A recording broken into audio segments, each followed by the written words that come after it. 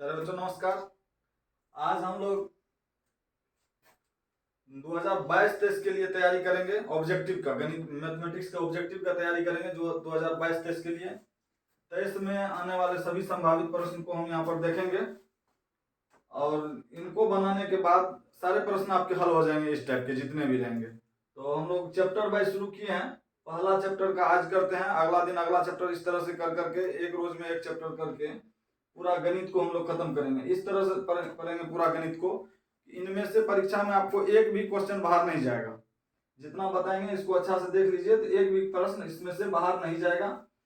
हम शुरू करते हैं इसको बताना। इससे पहले आप लोग से रिक्वेस्ट है कि थोड़ा इसको चैनल को सब्सक्राइब कर दीजिए, शेयर कर दीजिए अपने दोस्तों के साथ, ताकि इस तरह का वीडियो डालते रहेंगे तो सभी को बेनिफिट हो सके, थोड़ा मेरा भी हेल्प हो।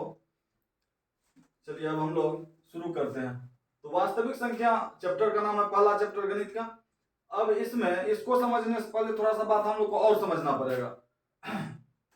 जो वास्तविक संख्या है क्या, वास्तविक संख्या को जानने से पहले इसके बारे में और कुछ जानना पड़ेगा, जैसे संख्या के बारे में। पहले सबसे पहले जानेंगे हम लोग अंक और संख्या के बारे में। अंक ये बना लेने से आपको आगे हेल्प हो जाएगा ऑब्जेक्टिव बनाने में। देखिए अंक और संख्या।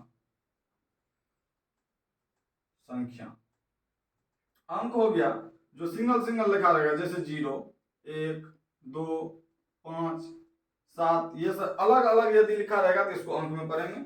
यदि एक समूह में लिखा रहेगा तो इसको संख्या पढ़ेंगे, जैसे 12, 20, 230, किसी भी प्रकार की इस तरह से लिखा रहेगा तो इसको संख्या कहेंगे। चलिए अब हम लोग संख्या के बारे में पढ़ते हैं।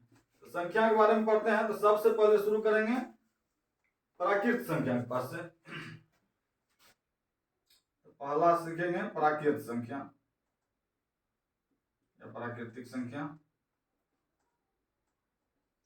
देखिए ये क्या होता है, ये आप लोग सब जानते होंगे, शुरू से ही पढ़ाया जाता है। गिनती के लगातार संख्या को प्राकृतिक संख्या कहा जाता है। जैसे 1, 2, 3, 4, 5 इस तरह से लिखा रहेगा तो ये प्राकृतिक संख्या। पहली बात इसमें देखेंगे ऐसा नहीं कि एक के बाद 3 लिखा रहे, एक के बाद यदि 3 लिखा हुआ है फिर 5 लिखा हुआ है फिर 2 लिखा हुआ है तो ये गलत हो जाएगा। गिनती की लगातार संख्या मतलब 1 से शुरू होगा तो कंटिन्यू एक के बाद दूसरा, दूसरा के बाद तीसरा, इस तरह से बढ़ते रहेगा तो इसको हम लोग कहते हैं प्राकृतिक संख्या। अब अगला देखते हैं। अगला होता है पूर्ण संख्या। पूर्ण संख्या होल नंबर। देखिए पूर्ण संख्या क्या होता है, इसी संख्या के समूह में यदि हम लोग 0 को शामिल कर देते हैं तो इसके समूह को पूर्ण संख्या कहते हैं। जैसे 0, 1, 2, 3, 4, 5, 6 इस तरह से बढ़ते रहेंगे तो इसको कहते हैं पूर्ण संख्या। मतलब इसमें 0 से शुरू होने वाले गिनती की संख्या को पूर्ण संख्या कहते हैं। 0 से शुरू होने वाले गिनती की संख्या को पूर्ण संख्या कहते हैं। अब एक होता है पूर्णांक। पूर्णांक इंटीजर, ये क्या होता है? पूर्णांक होता है पूर्ण संख्या के समूह में प्राकृत संख्या के ऋणात्मक को शामिल कर देने पर बनी संख्या के समूह को पूर्णांक कहते हैं। जैसे पूर्ण संख्या 0, 1, 2, 3, 4, 5, 6 इस तरह से है तो ये पूर्ण संख्या है। इसमें प्राकृत संख्या का ऋणात्मक, ऋणात्मक मतलब माइनस का चिन्ह लगा के, तो ऋणात्मक इसमें किधर शामिल होगा, इधर तो कहां तक बढ़ेगा पता नहीं है हम लोग को। अगर हम लोग को पता नहीं है तो हम लोग इधर ही सेट कर सकते हैं इसको। तो इधर सेट करेंगे तो प्राकृतिक संख्या के ऋणात्मक -1, -2, -3, -4 सोन इस तरह से इधर बढ़ेगा। तो ये हो गया पूर्णांक इंटीजर। इंटीजर में पूर्णांक में 0 भी आएगा, प्लस वाला भी आएगा, माइनस वाला भी आएगा। तो मतलब इस तरह का कोई भी संख्या लिखा रहे, चाहे माइनस में रहे, प्लस में रहे, 0 रहे, तो सारा क्या होता है पूर्णांक होता है सभी।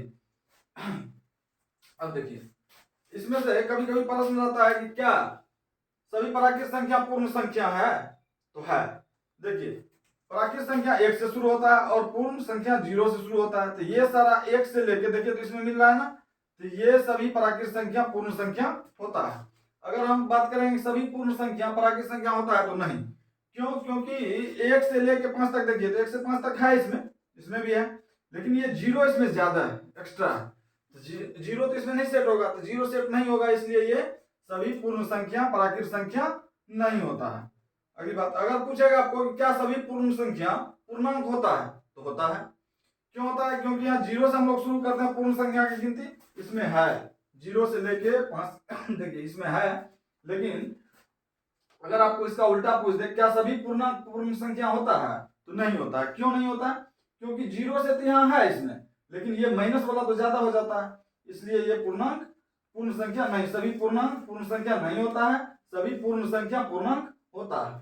चलिए यहाँ तक। अब इस संख्या पर है हम लोग सम संख्या, सभी के बारे में हम लोग बारी बारी से जान लेते हैं। पहले सम संख्या। सम संख्या क्या होता है? वैसी संख्या जो 2 से पूर्णतः विभाज्य हो, पूर्ण सम संख्या कहते हैं वैसी संख्या जिसमें 2 से पूरा पूरा भाग लग जाए या पूरा पूरा विभाज्य हो, वो सम संख्या। जैसे 2, 4, 6, 8, मतलब 2 का गुणज, 2 का गुणज सारा क्या होगा? सम संख्या होगा। जो 2 से पूरा पूरा कट जाता है उसको सम संख्या कहते हैं। अब एक इसका उल्टा होता है विषम संख्या। विषम संख्या क्या होता है? जो इसी का उल्टा, जो 2 से पूरा पूरा नहीं करता। जैसे 1, 2 से नहीं करता है पूरा। 3, 2 से पूरा नहीं करता है।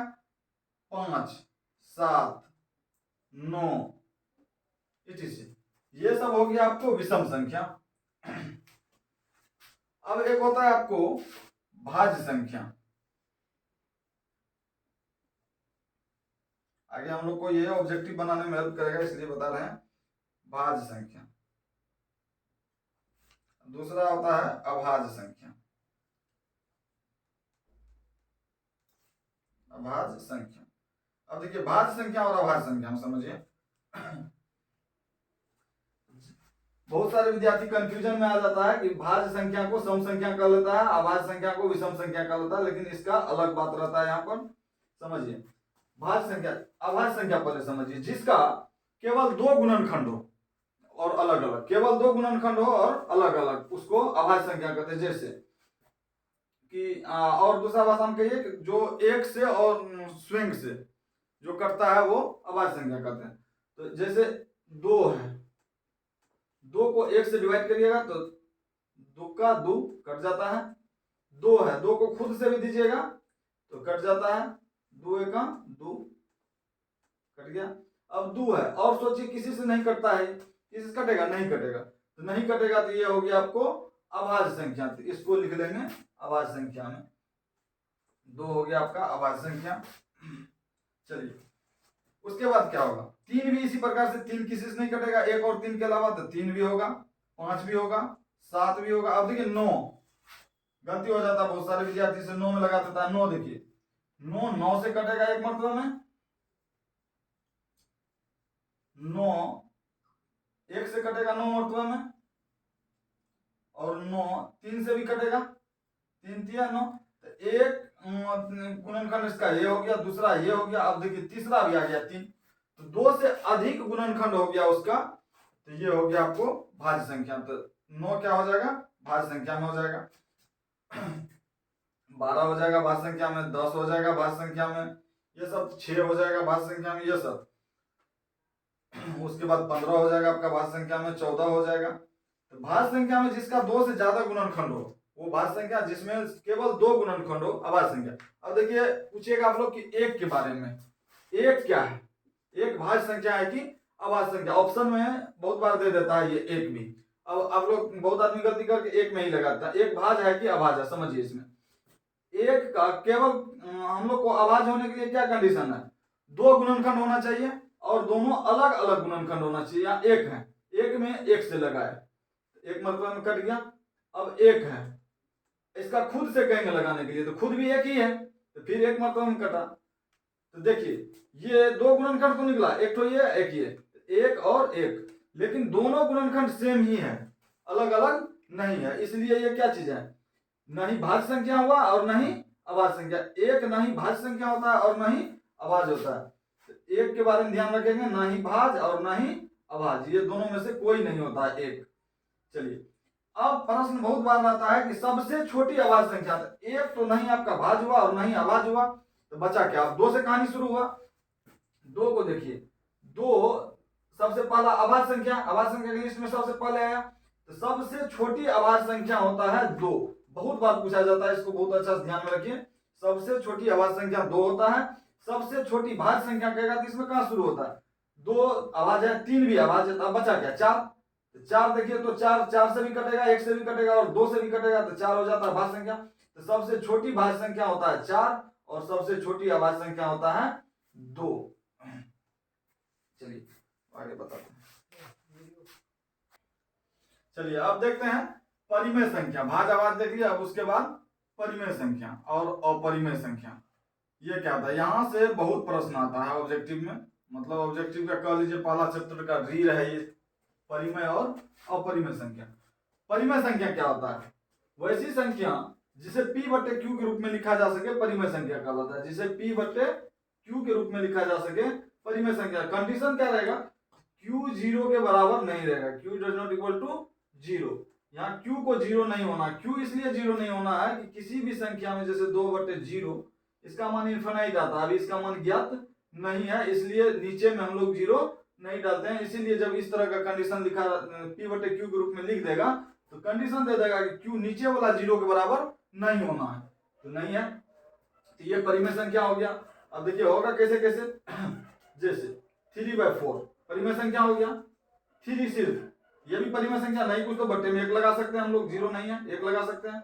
-5 ये भी परिमेय संख्या होगा। 2.3 ये भी परिमेय संख्या होगा, दशमलव उड़ा देंगे 0 हो जाएगा। -7 इस तरह का कोई भी संख्या रहे, चाहे वो पॉइंट में रहे, माइनस में रहे, प्लस में रहे, लेकिन उसके नीचे में 1 कम से कम लगने का जगह रहे, या आगे जो भी रहे, जैसे -7 बटे अगर 8 लिखा हुआ है इस तरह से, ये परिमेय संख्या होगा। अब आइए अपरिमेय संख्या किसको कहेंगे? अपरिमेय संख्या होता है यदि कोई संख्या रूट में रहता है, वर्गमूल रूट में रहता है और इसका खंड बाहर नहीं निकलता, इसमें नहीं कुछ तो 2 रहता है। वर्गमूल पढ़े होंगे आप लोग 8वां क्लास में, नहीं कुछ तो इसमें 2 रहता है। अगर कोई संख्या ऐसा है जो जिसका खंड इसमें से पूरा पूरा बाहर नहीं आता है, जोड़ा लगा के बाहर नहीं आता, तो उसको अपरिमेय संख्या कह लेते हैं। ज्यादातर में देखा जाता है कि जैसे अभाज्य संख्या का रूट रहेगा, जैसे 2 का रूट है तो अपरिमेय संख्या है, 3 का रूट है तो अपरिमेय संख्या है। अब कहीं लिखा रहेगा ऐसे 6 तो भाज्य संख्या है, फिर भी ये अपरिमेय संख्या, इसलिए कि 6 का हम लोग खंड तोड़ेंगे। 6 का खंड तोड़ेंगे तो 2 से 2 तिया 6, इसको 6 को हम लिख सकते हैं, रूट 6 को लिख सकते हैं 2 गुना 3, रूट 6 को 2 गुना 3 लिख सकते हैं। अब देखिए इसमें से जोड़ा में से तो बाहर निकलने वाला है ही नहीं, कोई जोड़ा ही नहीं है इसका, तो बाहर नहीं निकलेगा। जब ये रूट से बाहर नहीं निकल पाया, वर्गमूल इसका नहीं टूटा, तो ये अपरिमेय संख्या हो गया। चाहे इस तरह से 12 लिखा रहे, रूट 12, देखिए तो 12 का खंड तोड़ेंगे तो कैसे? 12 का खंड तोड़ेंगे तो 2 से कट गया आपको 6 मरतबे में, फिर 2 से कट गया 3 मरतबे में, तो 12 को हम लोग क्या लिख सकते हैं? 2 गुना रूट में 2 गुना 2 गुना 3। तो देखिए इसमें 2 को 2 है तो जोड़ा में से एक तो बाहर कर लेंगे, तो 2, ये 3 तो एक ही है तो 3 रूट में रह गया, तो ये आपका अपरिमेय संख्या हो गया। अब इसके बारे में बताएंगे कि एक परिमेय और एक अपरिमेय का गुणनफल क्या होता है। तो देखिए अब एक दो बार देखिए क्या होता है। जैसे एक परिमेय संख्या रहेगा, आपको लिखा रहेगा कि एक परिमेय संख्या और एक अपरिमेय संख्या का गुणनफल अगर वो संख्या शून्य नहीं हो तब, तो अपरिमेय संख्या होता है। सवाल में भी आता है, बताएंगे ऑब्जेक्टिव अभी कराएंगे तब। तो एक परिमेय संख्या और एक अपरिमेय संख्या का गुणनफल हमेशा अपरिमेय संख्या, जैसे 2 परिमेय संख्या हो आपका 2 बटे 1 लिख सकते हैं गुना रूट 2, ये अपरिमेय संख्या होगा। अगर इन दोनों को हम लोग गुना करेंगे तो ये हो जाएगा 2 रूट 2, तो ये आपका अपरिमेय संख्या हो गया। तो एक परिमेय संख्या और एक अपरिमेय संख्या का गुणनफल यदि कोई इसमें से 0 नहीं हो तो ये हो जाएगा आपका अपरिमेय संख्या। अब दूसरा, यह एक परिमेय संख्या और एक अपरिमेय संख्या के योगफल हमेशा अपरिमेय संख्या होता है। जैसे 3 परिमेय संख्या हो गया, अब प्लस रूट 5 अपरिमेय संख्या हो गया। अब इन दोनों को जोड़ेंगे या देखेंगे तो ये हो गया आपका अपरिमेय संख्या हो गया। तो एक परिमेय संख्या का और एक अपरिमेय संख्या का गुणनफल अपरिमेय संख्या, एक परिमेय संख्या और एक अपरिमेय संख्या का योगफल अपरिमेय संख्या। इसी प्रकार से एक परिमेय संख्या और एक अपरिमेय संख्या का अंतर, जैसे 7 माइनस रूट 3, ये क्या हो गया? ये भी अपरिमेय संख्या हो गया। अपरिमेय संख्या इस तरह का जब भी लिखा मिले तो तुरंत आप समझ लीजिए कि अपरिमेय संख्या, अगर ये और हल होने वाला नहीं है तब। अब एक परिमेय संख्या और एक अपरिमेय संख्या का भागफल भी अपरिमेय होता है। जैसे मान लीजिए 3/√2, ये क्या होगा? अपरिमेय संख्या होगा। एक परिमेय संख्या एक अपरिमेय संख्या का भागफल भी अपरिमेय संख्या हो गया। अब एक कंडीशन जो बड़ा इंपॉर्टेंट रहता है, जैसे कहेगा दो अपरिमेय संख्या का गुणनफल। दो अपरिमेय संख्या के गुणनफल के बारे में जानिए। यदि दोनों अलग अलग संख्या है तो वो उसका गुणनफल अपरिमेय संख्या रहेगा। यदि दोनों सेम संख्या रहेगा रूट के अंदर में तो वो हो जाएगा परिमेय संख्या। जैसे लिखा रहेगा आपको 3√3 गुना √2, तो देखिए दोनों अलग अलग हैं। ये रूट में 3 है, यहाँ रूट में 2 है, तो ये हो जाएगा आपको √6, तो ये आपको अपरिमेय संख्या रह जाएगा। अगर दोनों सेम रहे तब, जैसे √3 इंटू √3, ये दोनों सेम है तो रूट और स्क्वायर उड़ जाता है, तो ये हो जाएगा आपको √3 का स्क्वायर, √3 का स्क्वायर। और ये रूट का मतलब होता है पावर 1/2।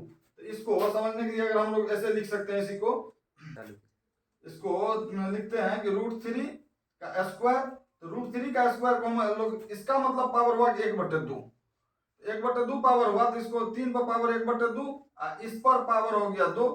तो अगर पावर पर पावर रहता है तो दोनों पावर आपस में गुना हो जाता है। तो 3 पर पावर 1/2 मल्टीप्लाई 2, तो ये 2 से ये 2 कट गया, तो ये कितना हो जाता है 3। इसलिए यदि दोनों रूट में एक ही चीज लिखा रहे, जैसे √2 गुना √2, √2 गुना √2, तो ये हो जाएगा आपको 2, √7 गुना √7, 7 हो जाता है। तो इस तरह का यदि सेम संख्या रहेगा तो ये परिमेय संख्या हो जाएगा। यदि अलग अलग रहेगा तो परिमेय, जैसे √2 गुना √7 रहेगा तो कितना हो जाएगा √14, √14, तो ये हो गया आपको अपरिमेय संख्या। चलिए अब देखिए एक चीज छूट गया कि पाई के बारे में। पाई क्या है? पाई एक अपरिमेय संख्या है। पाई एक अपरिमेय संख्या है। अब क्यों पाई एक अपरिमेय संख्या? बहुत विद्यार्थी को कंफ्यूजन रहता है कि पाई यदि पाई बराबर यदि होता है 22/7, तो ये 22/7 तो परिमेय संख्या होना चाहिए, क्योंकि परिमेय संख्या के रूल को फॉलो कर रहा है। P/Q, Q does not equal to 0। लेकिन यहाँ देखिए पाई एक लेटर है, पाई एक लेटर है। यदि पाई के केस में रहेगा जैसे x/2, तो x का क्या मान, कोई क्लियर मान नहीं है, इसलिए यहाँ पर ये अपरिमेय संख्या हो जाएगा। यदि पाई का मान यहाँ 22/7 दे दिया तब ये परिमेय संख्या हो गया। अगर ये सिर्फ पाई के रूप में लिखा रहेगा तो इसलिए इसका मान ज्ञात नहीं है, तो इसको पाई को कहते हैं हम लोग अपरिमेय संख्या। बहुत बार पूछा जाता है पाई के बारे में, तो पाई एक अपरिमेय संख्या होता है। अच्छा देखिए अंकिक मान में कैसे लिखा रहेगा कि पाई ये अपरिमेय संख्या का मान, जैसे लिखा रहेगा 1.10 100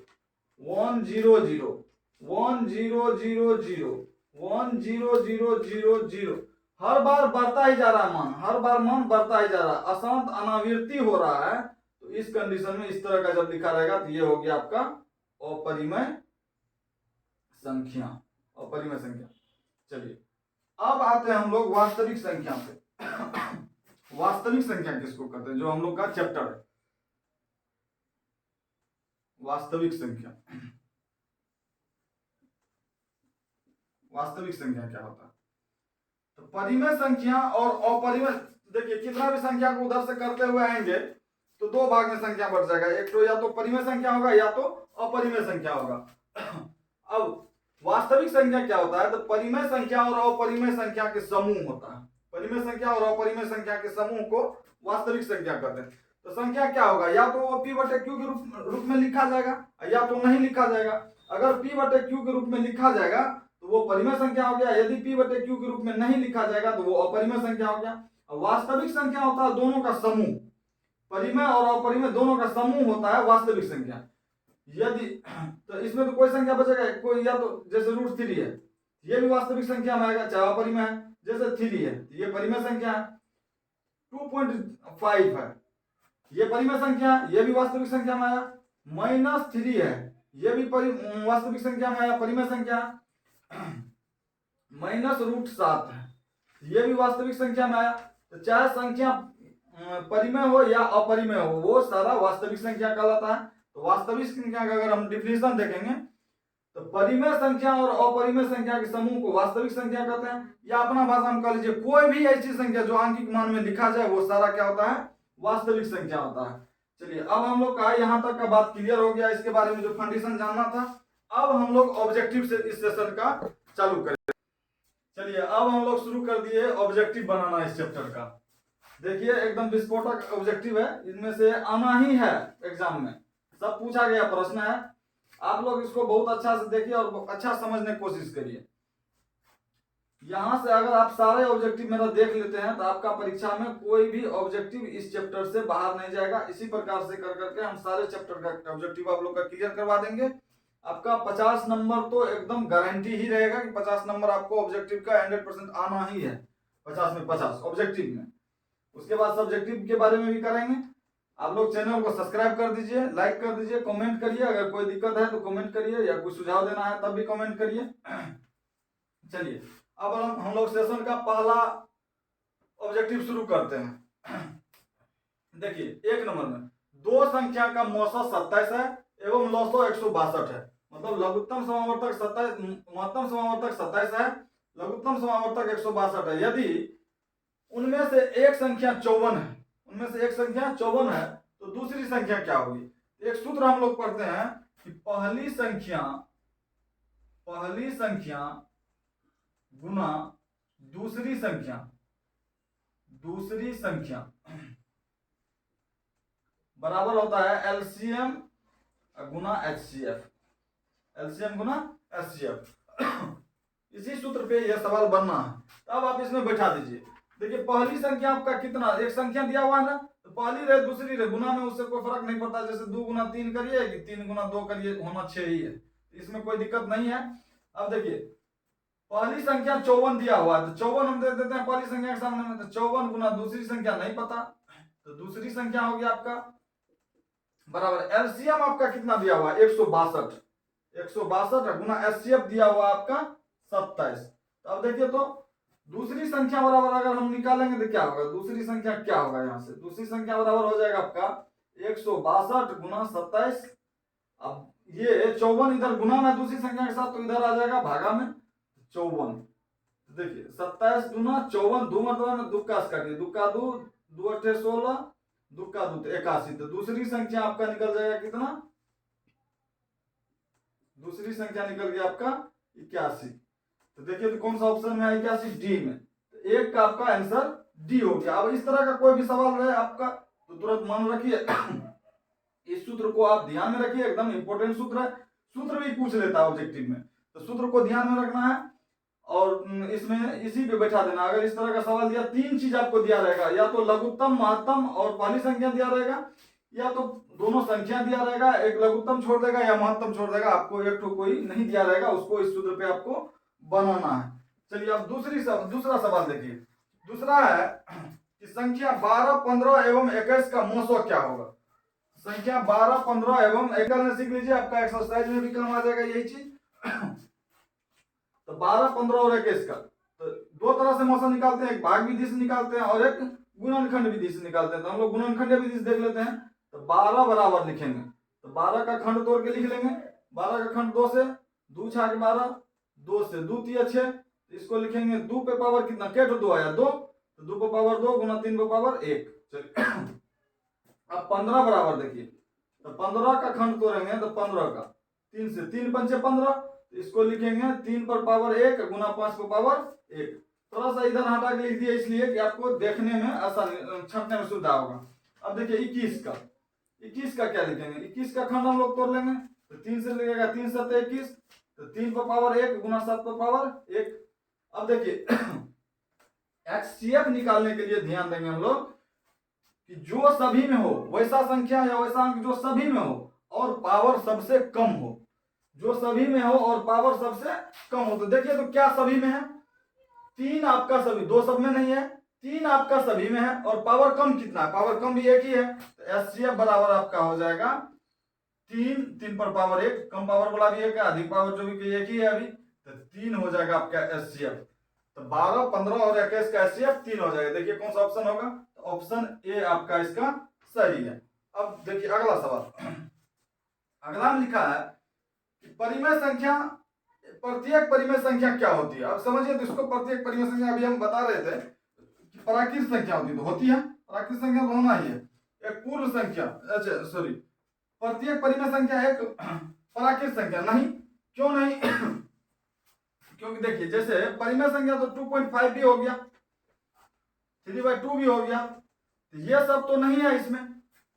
प्राकृत संख्या में तो ये सब नहीं होना है, माइनस वाला नहीं होना, तो इसलिए प्रत्येक प्राकृत संख्या एक, प्रत्येक परिमेय संख्या एक प्राकृत संख्या नहीं होना। अब पूर्णांक में देखिए, पूर्णांक में क्या लिखा रहता है आपका?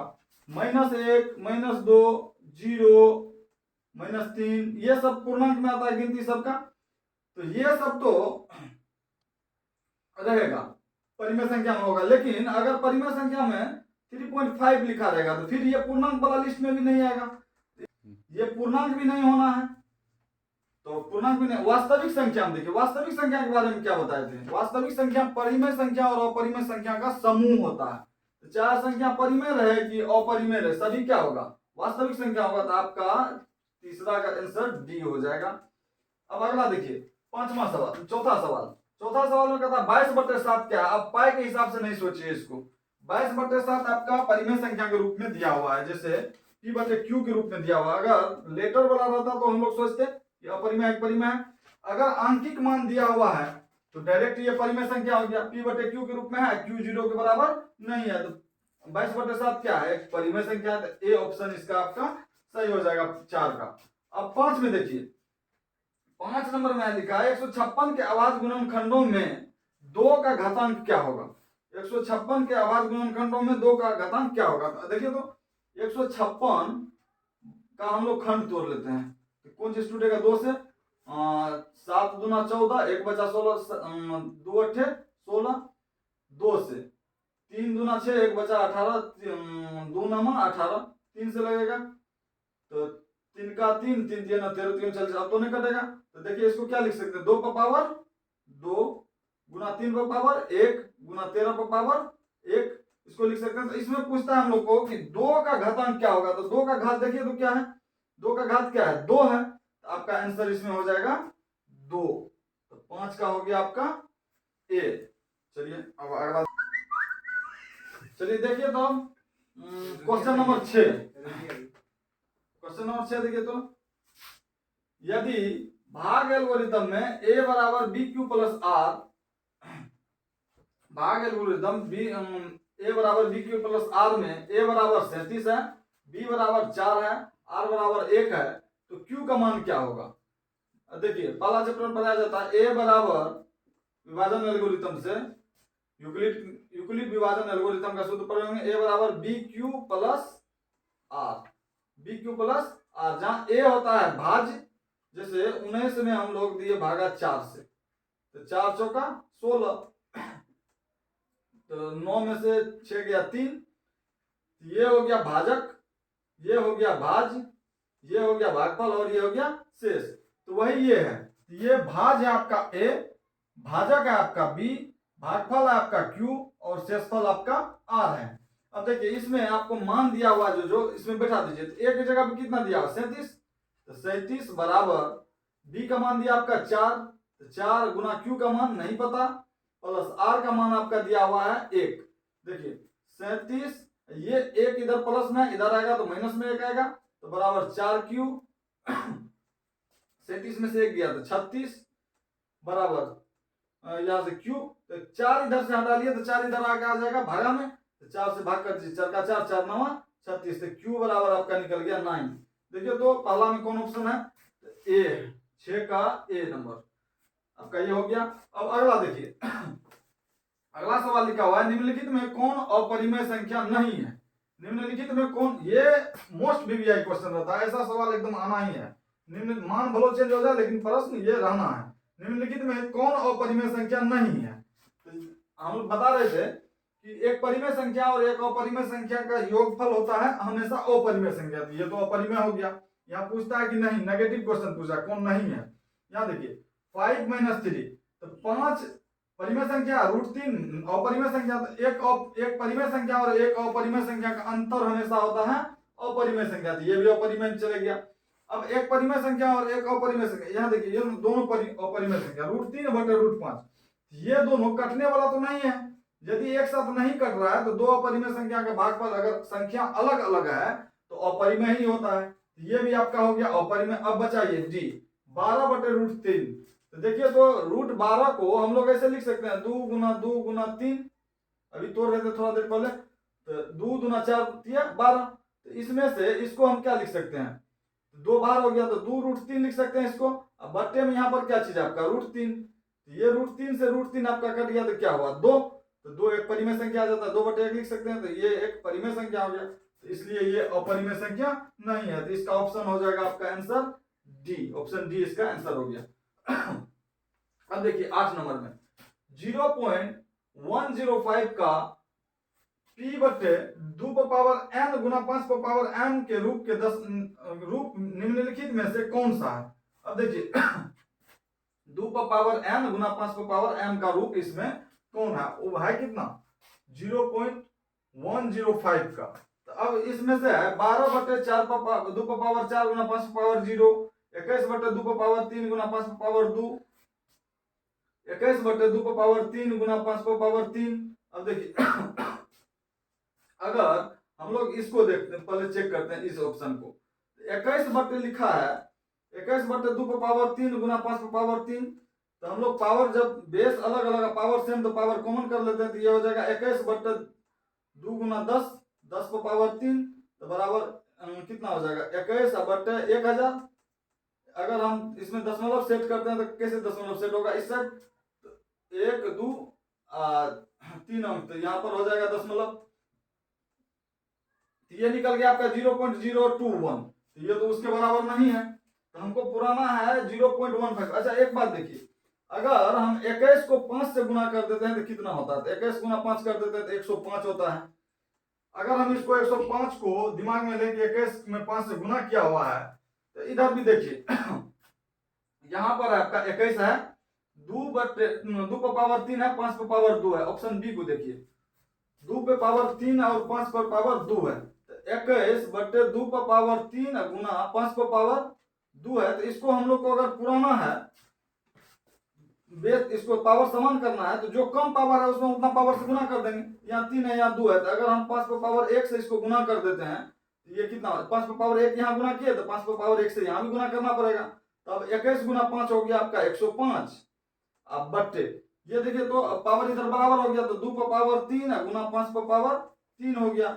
अब हम लोग यहाँ से कॉमन कर लेते हैं पावर, तो 105 बट्टा 2 पंचा 10 पर पावर हो गया आपको 3, तो यह लिख सकते हैं 105 बट्टे 1000 लिख सकते हैं। तो अगर दशमलव हम लोग बैठाना चाहते हैं तो कितना होगा 105, 3 जीरो है तो 3 अंक के बाद इधर से दशमलव बैठाएंगे, तो 1 2 3 अंक के बाद दशमलव बैठा दीजिए, तो 0.105 देखिए तो 0.105 कौन सा मिल जाता है हम लोग का, तो ऑप्शन इसका बी हो गया आपका सही आंसर। 9 नंबर का सवाल देखिए, निम्न में कौन परिमेय संख्या है, इसमें से कौन सा परिमेय संख्या है, तो यहाँ देखिए तो एक परिमेय और एक अपरिमेय का योगफल अपरिमेय, उसके बाद एक इसको देखिए 2 नंबर ऑप्शन को, 2 में है 10 प्लस √100 का वर्गमूल क्या टूटता है 10, तो 10 प्लस 100 का वर्गमूल, जैसे 100 को ऐसे लिख सकते हैं 10 गुना 10, 10 गुना 10 यदि हम लोग लिख लेते हैं तो 1 10 निकल गया आपका, एक तो प्लस 10, तो ये कितना 10 10 20, तो ये तो परिमेय संख्या हो गया, तो आंसर आपका यही हो जाएगा बी नंबर में 10 प्लस √100। अब इसको देख लीजिए सी का भी 2 प्लस √3, तो 2 परिमेय एक अपरिमेय, तो अपरिमेय हो गया, यहाँ 5 एक परिमेय और एक अपरिमेय, तो अपरिमेय हो गया, 9 का आंसर हो गया आपका ऑप्शन बी। अब देखिए 10 नंबर में निम्न में किसका दशमलव प्रसार शांत है, तो किसका दशमलव प्रसार शांत होने के लिए, जैसे यहाँ पर लिखा हुआ है 2m गुना 5, यदि किसी भिन्न के हर का गुणनफल 2m गुना 5n के रूप का रहता है तो उसका दशमलव प्रसार शांत होता है, या ऐसे भी लिखा रहेगा सिर्फ 2 भी रहेगा नीचे में तब भी शांत होगा, या सिर्फ 5 भी नीचे में हर का गुणनखंड रहेगा तब भी शांत होगा। तो अब हम लोग इसको चेक करते हैं कि किसका दशमलव प्रसार शांत है। तो इधर से ही देखिए, जैसे 8/75 लिखा हुआ है, तो 75 का हम लोग खंड तोड़ लेंगे नीचे वाले का। तो 75 में 3 से लगेगा तो 25 थी 75, 5 से लगेगा 25 25। तो देखिए तो नीचे वाला गुणनखंड क्या होगा, 3 पर पावर 1 गुना 5 पर पावर 2। तो इसमें तो 3 एक्स्ट्रा आ गया, सिर्फ 5 भी रहता तो चलता, 2 भी रहता इसके जगह पे तो चलता, लेकिन आ गया 3। तो ये ऑप्शन आपका गलत हो गया, ये ऑप्शन नहीं हुआ। डी नहीं। अब सी को देखिए, सी में है कि 3/88। 3/88 तो 88 का हम लोग खंड तोड़ेंगे नीचे वाले का, तो 2 से 4 गुना 8, 4 गुना 8 फिर 2 से, 2 गुना 4, 2 गुना 4 फिर 2 से 11, 1 2 का 2, 2 का 2 11। तो इधर हो गया 2 पर पावर 3 गुना 11 पर पावर 1। तो देखिए तो 2 तो है लेकिन इनमें 11 आ गया, तो ये भी आपका गलत हो गया, ये ऑप्शन भी नहीं हुआ। अब ऑप्शन बी को देखिए, बी में क्या है 19/210। तो फिर 210 का तोड़ लेते हैं हम लोग। इस तरह का कोई भी सवाल रहेगा आप लोग एक ही बार में सीख लीजिए, जो आगे बन जाएगा आराम से। तो देखिए तो इसमें 2 से लगेगा 10 दूना 20, 1 बचा 2 पंचा 10, 5 1 6, 3 से लगेगा, 3 का से लगेगा 3 3 9, 1 बचा 3 बचे 15, 5 3 8 नहीं लगेगा, 5 से लगेगा 7 बचे 35। अब देखिए तो इसमें क्या सब आया, इसका खंड आ गया आपको 2 पर पावर 1 गुना 3 पर पावर 1 गुना 5 पर पावर 1 गुना 7 पर पावर 1। अब देखिए 2 और 5 तो है चलेगा, लेकिन 3 और 7 ये आ गया तो ये गलत कर दिया इसको, ये भी नहीं हुआ। अब तो जो नहीं हुआ तो इस तरह से अगर हम ऑप्शन बाय ऑप्शन छाटेंगे तो जब 3 नहीं हुआ तो चौथा को तो ऑटोमेटिक टिक लगा देना है, या नहीं तो देख लीजिए। जैसे लिखा हुआ 15/1600, तो 1600 का हम लोग खंड तोड़ लेते हैं। तो 1600 का खंड तोड़ेंगे तो क्या होगा, 2 से 2 अट्ठे 16, फिर 2 से 2 चौका 8, फिर 2 से 2 दूना 4, फिर 2 से 100, फिर 2 से 50, फिर 2 से 25, फिर 5 से 25। तो देखिए तो 2 पर पावर 1 2 3 4 5 6, तो 2 पर पावर 6 गुना 5 पर पावर आ गया 2, तो 2 और 5 पर पावर 2, 2 और 5 के रूप का जैसे ही आ गया, अब ये हो गया 7.5%। तो कौन इसका 10 का ऑप्शन हो जाएगा आपका ए। अब 11 का देखिए, 11 में क्या लिखा हुआ निम्नलिखित में कौन सबसे छोटी प्राकृतिक संख्या है। अब सबसे छोटी प्राकृतिक संख्या के बारे में आप लोग समझिए। सबसे छोटी प्राकृतिक संख्या शुरू कहां से होता है, 1 से। गिनती की संख्या 1 से शुरू होता है, तो सबसे पहले 1 होता है तो 1 ही होगा। जैसे प्राकृतिक संख्या हम लोग लिखते हैं तो 1 2 3 4 5 सोन इस तरह से लिखते हैं। तो सबसे छोटा कौन हुआ इसमें, 1। देखिए अब आपको ऑप्शन में दिया है 0, नहीं होगा, -1 ये भी नहीं होगा, +1 चाहिए हम लोग को, +1 यही होगा। तो आपका 11 का ऑप्शन सी सही हो गया, एक आंसर। देखिए तो अब 12 नंबर सवाल को देखिए। लिखा है यदि P तथा Q दो अभाज्य संख्या है तो उनका मौसो होगा। P और Q दो अभाज्य संख्या है तो इसका मौसो क्या होगा। दो अभाज्य संख्याओं का मौसो क्या होता है, कोई भी दो अभाज्य, जैसे 3 है अभाज्य संख्या है, 7 है क्या है अभाज्य संख्या, इन दोनों का मौसो निकालेंगे तो क्या होगा। तो 3 बराबर क्या लिखिएगा आप, 1 गुना 3, 7 बराबर भी क्या लिखिएगा 1 गुना 7। इसके अलावा तो कोई खंड ही नहीं होगा इसका। तो क्या चीज है जो दोनों में, तो 1, तो दो अभाज्य संख्याओं का मौसो होता है हमेशा 1। तो इसका ऑप्शन हो जाएगा 12 का आपका ए। 13 नंबर में देखिए, 13 का सवाल, इस तरह का सवाल 2 नंबर में भी पूछा जाता है। देखिए इनमें जैसे लिखा हुआ, इसको हम बताने के लिए बताते हैं, 2 नंबर में भी आपका काम कर जाएगा। और इसको भी समझिए, जैसे 0.13 पर रेकरिंग लगा हुआ है, ये रेकरिंग का मतलब हुआ कि यही चीज बार बार आता है, या तो ऐसे लिखिए या इसको लिखिए 0.13 इस तरह से, ये बार बार आना हुआ है इसका। तो हम लोग इसको बनाने के लिए क्या करते हैं, इसको मान लेते हैं, माना x बराबर 0.13 सोन इस तरह से। जितना अंक दोहराता है, 1 3 2 अंक दोहरा रहा है बार बार, 1 3 तो 2 अंक दोहरा रहा है बार बार, तो दोनों तरफ हम 100 से गुना कर, मतलब 1 पे 2 जीरो देके गुना कर देंगे। तो x है, दोनों तरफ 100 से गुना करेंगे तो 100x बराबर, इधर हो गया आपको, अगर 100 से गुना किए तो यहाँ दशमलव था तो यहाँ आ जाएगा, तो 13.13 इस तरह से हो जाएगा। अब देखिए 100x बराबर हो गया, इसको हम लोग लिख सकते हैं 13 प्लस 0.13, 13 इस तरह से जोड़ेंगे तो उतना ही आ जाएगा।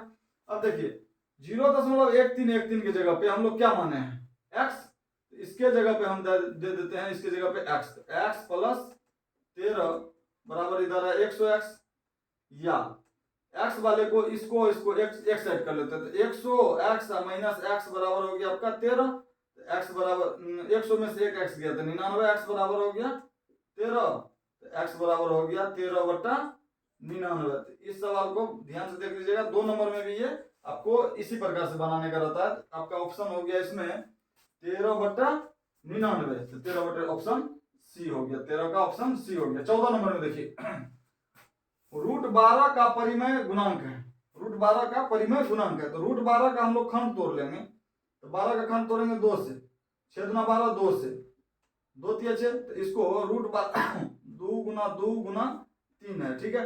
अब देखिए इसमें से 2 बाहर निकल जाएगा तो क्या बचा, इसका परिमेय गुणांक क्या हो गया आपका 2√3, तो आपका 14 का ऑप्शन डी सही हो जाएगा। 15 में देखिए निम्नलिखित में किसका दशमलव प्रसार अशांत है, किसका दशमलव प्रसार अशांत है। अशांत होने के लिए क्या होगा, जिसका हर का गुणनखंड 2m गुना 5n के रूप का नहीं होगा वो अशांत हो जाएगा। पहले हम लोग इसमें ऑप्शन एस खोज लेते हैं, तो देखिए थोड़ा आसान होगा। 400 है तो 20 20 टूटेगा इसका, 80 है तो इसका भी 2 निकल जाएगा, 100 है तो 10 × 10 ये भी निकल जाएगा। तो ये तीनों, इसको देखिए अब सी ऑप्शन को, सी ऑप्शन में लिखा हुआ 13/121, 121 किसका वर्ग होता है, तो 13/11 गुना 11, 121, 11 × 121। अब देखिए जैसे 11 आ गया तो 2 5 तो नहीं आया, यही गलत हो जाएगा, तो ऑप्शन इस अशांत वाला कौन हो जाएगा 13/121, ऑप्शन सी आपका 15 का सही हो जाएगा। 16 देखिए निम्न में कौन सा अभाज्य संख्या है, निम्न में कौन सा अभाज्य संख्या, अभाज्य संख्या के लिए क्या बताए थे, जिसका केवल 2 गुणनखंड होगा, जिसका केवल 2 गुणनखंड होगा वो होगा अभाज्य संख्या। तो देखिए तो कौन सा 2 गुणनखंड वाला है इसमें,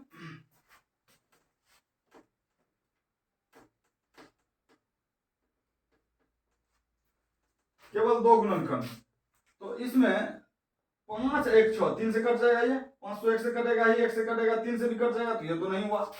213 3 1 4 2 6, फिर ये 3 से भी कट जाएगा 213 और 1 से कटवे करेगा 91, 91 देखिए तो 7 से 13 से कटेगा, 7 से कटेगा, 91 से कटेगा, 1 से, तो ये भी नहीं हुआ। 41 किसी से नहीं कटता है, 41 का अभाज्य गुणनखंड क्या होगा, तो 1 × 41 ही होगा, ये किसी से नहीं करता है, तो यही आपका ऑप्शन हो जाएगा कि ये अभाज्य संख्या है, इसका केवल 2 ही गुणनखंड है इसलिए।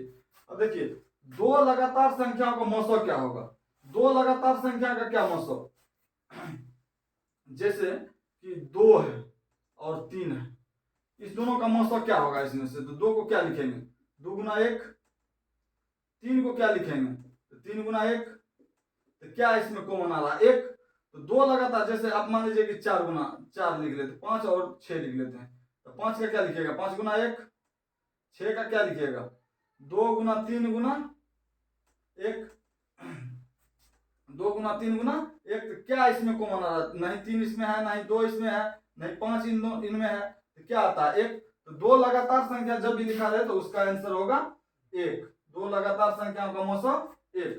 अब देखिए सह अभाज्य संख्याओं का मौसम क्या होगा, सह अभाज्य संख्या किसको कहते हैं, 2 ऐसी संख्याएं जिसका केवल एक उभयनिष्ठ गुणनखंड हो उसको सह अभाज्य संख्या कहते हैं। वैसी 2 संख्याएं जिसका केवल एक उभयनिष्ठ गुणनखंड हो, तो जैसे 5 है और 7 है, 5 7 में क्या चीज है, ऐसा कौन सा चीज है जिससे दोनों कटेगा, तो 5 7 1 से कटेगा, 5 भी 1 से कटेगा और 7 भी 1 से, और कोई ऐसा संख्या है जिससे ये दोनों एक साथ कट जाए, नहीं है, तो नहीं तो 2 सह अभाज्य संख्या, इसी को सह अभाज्य संख्या कहते हैं। तो 2 सह अभाज्य संख्याओं का मौसम भी हमेशा 1 होता है। चलिए देखिए तो ये बताए थे 2.13 1 1 3 1 1 3 1 1 1 3, मतलब ये मान क्या होते जा रहा है, बढ़ते जा रहा है ना, तो ये अशांत अनावृत्ति हुआ। अगर अशांत अनावृत्ति रहता तो वो क्या होता है, अपरिमेय संख्या होता है, तो ये हो गया आपका अपरिमेय संख्या। 19 का हो गया सी नंबर। 20 का देखिए एक अशून्य संख्या, एक अशून्य परिमेय संख्या और अपरिमेय संख्या का गुणनफल क्या होगा। एक अशून्य अपरिमेय संख्या मतलब वो शून्य परिमेय संख्या शून्य नहीं रहना चाहिए। तो एक अशून्य परिमेय संख्या और अपरिमेय संख्या का गुणनफल क्या होगा, हमेशा अपरिमेय संख्या होगा। बताए थे पहले, एक अशून्य परिमेय संख्या और अपरिमेय संख्या का गुणनफल हमेशा अपरिमेय संख्या होगा। 20 का ऑप्शन बी हो जाएगा। 21 का देखिए, √3 एक है, √3 है एक, क्या चीज है, √3 अपरिमेय संख्या है। रूट इसका कोई खंड नहीं है 3 का, एक और 3 के अलावा, तो √3 क्या हो गया, एक अपरिमेय संख्या हो गया। 22 का देखिए, 96 का अभाज्य गुणनखंड क्या होगा। 96 का अभाज्य गुणनखंड देखिए, तो 96 है तो 96 का हम लोग तोड़ लेंगे खंड, 96 बराबर लिखेंगे, यहाँ खंड तोड़िए 96 का।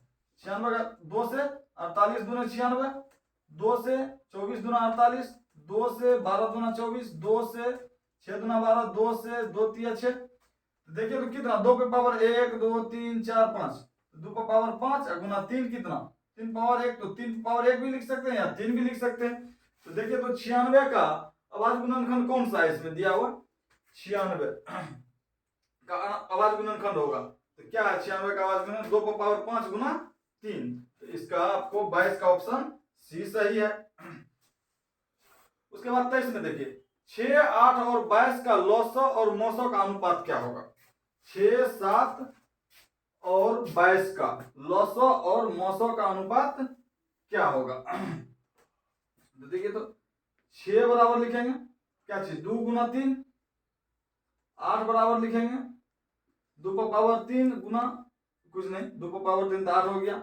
उसके बाद 22 बराबर लिखेंगे, तो 22 का क्या खंड टूटेगा, 2 से 2 गुना 11, तो 2 गुना 11, तो इसका आपको 2 का पावर 1 गुना 11 पावर 1, तो एचसीएफ क्या होगा आपका, एचसीएफ हो जाएगा आपका जो दोनों में सभी में हो और पावर कम हो, तो सबसे कम पावर वाला क्या है, 2 का पावर 1 है, एचसीएफ आपका हो गया 2 का पावर 1 मतलब 2। अब एलसीएम क्या होगा, एलसीएम जो सब में है और पावर अधिक है, एलसीएम सब में पावर अधिक कितना है 3, तो 2 एलसीएम बराबर हो गया आपका 2 का पावर 3 और गुना जो बाकी बचा हुआ रह जाता है वो सारे को लिख लीजिए, तो 3 है गुना और आपका 11 है, तो ये हो गया आपको 8, 2 गुना 4 गुना 8, 8 गुना 3 गुना 11 हो गया आपका 11 तिया 33, 33 गुना 8, 33 गुना 8 हो गया आपको 8 तिया 24 के 4 हासिल 2, 8 तिया 24 2 26, 264। तो देखिए एलसीएम निकल गया आपका 264,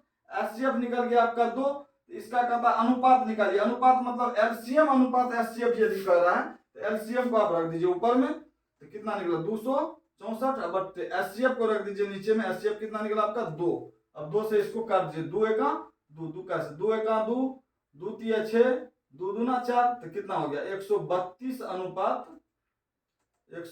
अनुपात 1। देखिए तो कौन सा है ऑप्शन 132 अनुपात 1, तो 23 का हो जाएगा आपका आंसर ए। चलिए 24 का देखिए, निम्न में से कौन सा परिमेय संख्या है, निम्न में से कौन सा परिमेय संख्या है, तो परिमेय संख्या देखिए तो यहाँ पर कैसे हम लोग चाहते हैं, इनमें पहले देखेंगे किसका गुणनफल है किसका योगफल है, कौन भाग में है।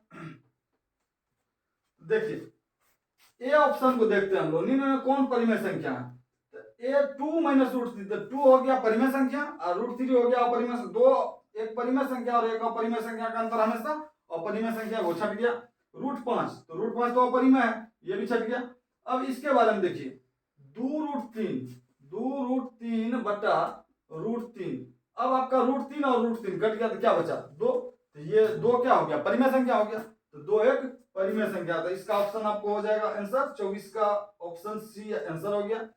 √6 जैसे है इसका, तो √6 का क्या तोड़िएगा आप 2 गुना 3, इसमें से निकलेगा ही नहीं, तो ये भी अपरिमेय संख्या हो गया, तो वो बच गया।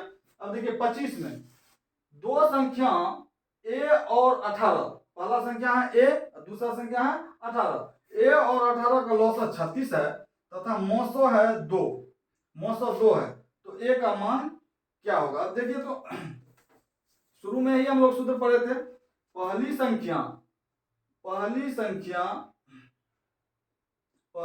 गुना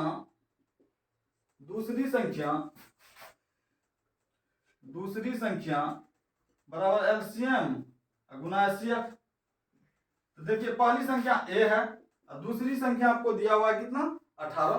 a गुना 18 बराबर एचसीएफ कितना दिया हुआ है 2, पहले एलसीएम दिया हुआ है 36 और गुना एचसीएफ दिया हुआ है 2। तो a बराबर आपका क्या हो जाएगा बताइए। तो 36 इधर है तो रहेगा ही, गुना 2 रहेगा, 18 इधर है के साथ में गुना में था तो इधर रहेगा तो भागा में चले जाएगा 18। तो 18 का 18, 18 दूने 36, तो a बराबर हो गया 2 दूना 4। तो इसका ऑप्शन आपको 25 का सी सही हो जाएगा 4।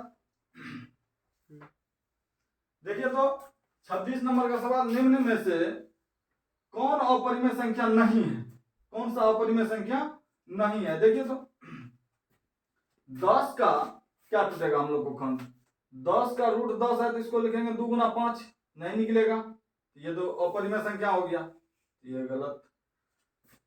24 का रूट 24 को क्या लिखेंगे 2 गुना 2 गुना 2 गुना 4 गुना 8 गुना 3, 2 गुना 4 गुना 8 गुना 2 गुना 4 गुना 8 ये 24, इसमें से 2 निकल जाएगा, इधर रूट 6 रह जाएगा, ये भी नहीं हुआ, ये भी अपरिमेय हो गया। 25 का देखिए सी में तो रूट 25, तो 25 को क्या लिखेंगे 5 गुना 5, इनमें से तो निकल जाता है 5, तो ये हो गया आपका परिमेय संख्या। अच्छा इसमें पूछता है कि कौन अपरिमेय संख्या नहीं है, तो अपरिमेय संख्या नहीं है तो ये हो गया ऑप्शन। अच्छा इसमें देखिए ये गलत लिखा गया, अगर हम इसके जगह पे लिख देते हैं मान लीजिए 12 ही, 21 रहेगा तो 11 गुना 11 टूट जाता है, तो ये नहीं होगा, तो 12 लिखा हुआ है। तो देखिए तो 12 का नहीं टूटेगा, फिर 12 का क्या लिखेगा 2 गुना 3, तो 2 निकल जाएगा, रूट 3 2 रूट 3 हो जाएगा, तो ये भी नहीं होगा। तो होगा कौन आपका ऑप्शन 26 का ऑप्शन सी सही होगा। 27 का देखिए, सबसे छोटी भाज्य और सबसे छोटी भाज्य और सबसे भाज्य और अभाज्य, सबसे छोटी भाज्य और अभाज्य संख्या का गुणनफल क्या होगा। अब देखिए सबसे छोटी भाज्य संख्या क्या होता है, सबसे छोटी भाज्य संख्या होगी आपको सबसे छोटी भाज्य संख्या और अभाज्य संख्या और भाज्य संख्या का, तो सबसे छोटी भाज्य संख्या हो गया 2, अभाज्य संख्या सबसे छोटी अभाज्य संख्या 2 और सबसे छोटी भाज्य संख्या क्या हो गया 4, जो जिसका 2 के अलावा कोई गुणन करना है। तो देखिए तो 4 गुना कितना हो जाएगा 8, तो 8 हो गया ऑप्शन सी आपका सही। सबसे छोटी अभाज्य संख्या और सबसे छोटी भाज्य संख्या का गुणनफल क्या होगा, तो सबसे छोटी अभाज्य संख्या 2 और सबसे छोटी भाज्य संख्या 4, तो 4 और 2 को गुणा कर दिए तो हो गया 8, तो इसका 27 का ऑप्शन सी सही हो गया। 28 का देखिए, निम्न में कौन अपरिमेय संख्या है, निम्न में कौन अपरिमेय संख्या, तो देखिए तो इधर से चेक करते हैं, तो 121 तो 11 गुना 11 ये परिमेय संख्या है। 64 8 64 8 गुना 8 ये भी परिमेय संख्या है। 81 9 9 81 9 गुना 9 ये भी परिमेय संख्या, तो बचा क्या ऑप्शन ए बचता है। अब उसको चेक कर लेते हैं, तो रूट 10 है, तो 10 को क्या लिखेगा 2 गुना 5 नहीं निकलेगा, तो रूट में रह जाएगा, तो ये हो गया आपका अपरिमेय संख्या। तो 28 का हो गया आपका ए। 29 का देखिए, संख्या रेखा पर प्रत्येक बिंदु प्रदर्शित करता है, संख्या रेखा पर प्रत्येक बिंदु प्रदर्शित क्या प्रदर्शित करता है, वास्तविक संख्या, एक प्राकृत संख्या, एक परिमेय संख्या, एक अपरिमेय संख्या। तो संख्या रेखा पे चाहे वो दशमलव वाला हो, पॉइंट वाला हो, माइनस वाला हो, प्लस वाला हो, संख्या रेखा पे सारे दर्शाया जाता है। तो संख्या रेखा पे सारा दर्शाया जाता है, तो सारा कौन सी में आता है वास्तविक संख्या में, तो 29 का ऑप्शन ये सही हो जाएगा, वास्तविक संख्या, संख्या रेखा पे वास्तविक संख्या दर्शाया जाता है। 30 नंबर में देखिए, सबसे छोटी भाज्य संख्या और सबसे छोटी अभाज्य संख्या का मौसा क्या होगा, तो सबसे छोटी भाज्य संख्या और अभाज्य संख्या का मौसा क्या होगा, फिर वही बात, सबसे छोटी भाज्य संख्या क्या होगी आपका 4 और सबसे छोटी अभाज्य संख्या होगी आपका 2।